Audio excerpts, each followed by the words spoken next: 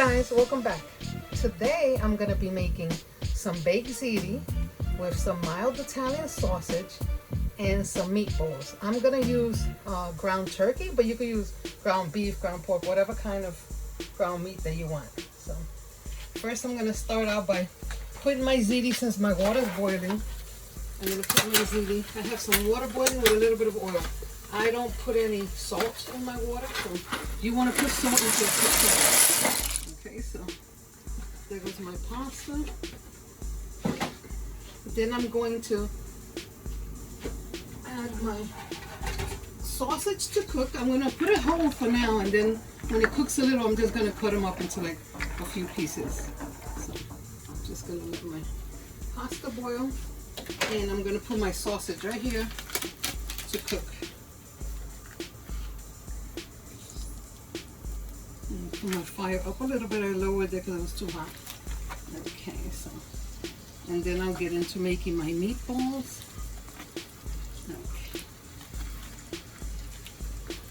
there we go.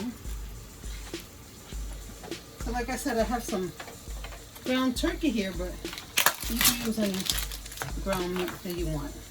I'm gonna put some gloves on so I can make my meatballs.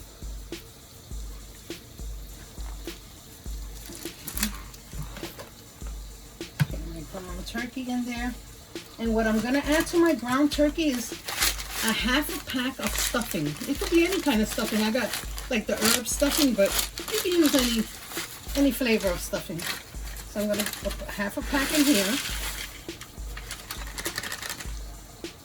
and I'm going to put some of my homemade sofrito, about maybe 3 spoons in there, maybe 3 tablespoons. Mine is coarse. I left it coarse. I just made it, actually. It's still half frozen.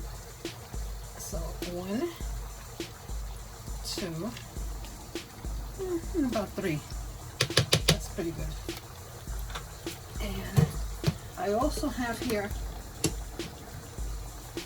some adobo that I made myself and some sazon that I made.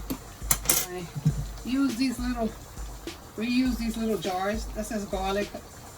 In my adobo, I have, for every tablespoon of garlic powder, I put a tablespoon of onion powder, and a half a tablespoon of oregano, a half a tablespoon of salt, a half a tablespoon of pepper, and a half a tablespoon of turmeric.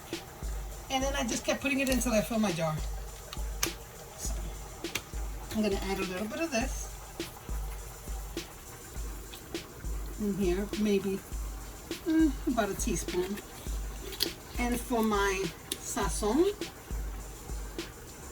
for every tablespoon of, I'm using this Mrs. Dash little container, for every tablespoon of annatto powder, I put a half of paprika, a half of salt, a half of pepper, and a half of cumin. So you could pretty much add whatever you want, you know, any seasonings together, whatever mix is good for you. Yeah, so now I'm just gonna make sure everything gets mixed really good before I put my other glove on to form my meatballs.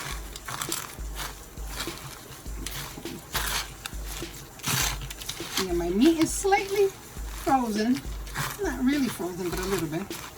Yeah, and I said, like I said, I left my sofrito coarse. I like it coarse.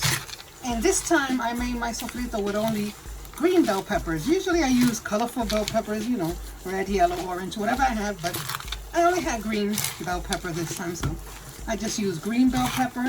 I use onion, use garlic, I use cilantro, and I use the little green ajicito dulce. The sweet little peppers, Spanish peppers. Okay. There we go. I think that's mixed pretty good. I'm going to put my other glove on so I can form my meatballs. Okay. There we go. Alright, so I'm going to try not to make them so big. You know, I want them to be like around the size of what the sausage is going to be like. when I cut it up. It's probably gonna be a little slightly bigger, but so yeah. And I'm just gonna put my meatballs in there. And let me put my fire up a little more. Doesn't seem to be up high enough.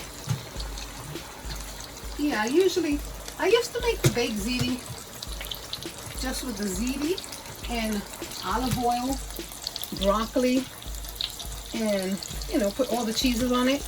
But I decided to make it with meatballs and sausage. You know, make it hearty. Make a nice meal. You know, be a nice meal for the family. Okay, let me see. I don't want to make my meatballs too large.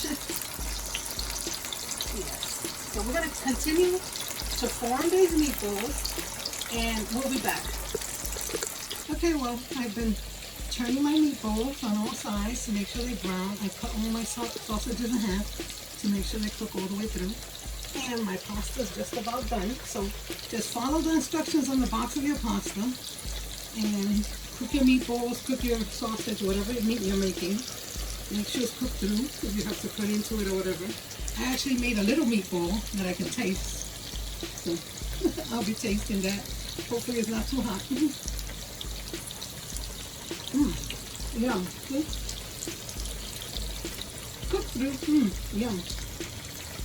Okay, well, I'm going to drain my pasta and I'm going to put it in the pan that I'm going to put it in the oven with sauce, and I'll be right back. Okay, I drained my pasta. I put sauce in my pan. I just put a can of Hunt's. You could use any spaghetti sauce you want, any flavor. And I'm just going to put my pasta down here. Oops. Make sure, I don't think I drained it all the way. Make sure I don't have any water. Okay, there we go. I just want to make sure, yeah, I don't have any other water. And then I'm gonna arrange my meatballs and my sausage, and then put all my cheese, my mozzarella and my ricotta, and any other cheese you want to put. If you want to put Parmesan cheese, whatever kind of cheese. Then you're going to bake it at 350 for about 30 minutes until the mozzarella cheese is melted all over the place, because since everything is cooked through already, the pasta's cooked, the meatballs are cooked, the sausage is cooked. So that's about it. So for 30 minutes, so I'm going to arrange this. I'm going to put it in the oven, 350 for 30 minutes, and we'll be back so I can show you the finished product. Okay guys, here's my finished product. Some people might not think it looks great or that cute, but it definitely tastes delicious. So if you enjoy this video, please like and subscribe. And remember, no matter what ingredients you have, what equipment you use, or what's your situation, you can always make a great meal. Thanks for watching.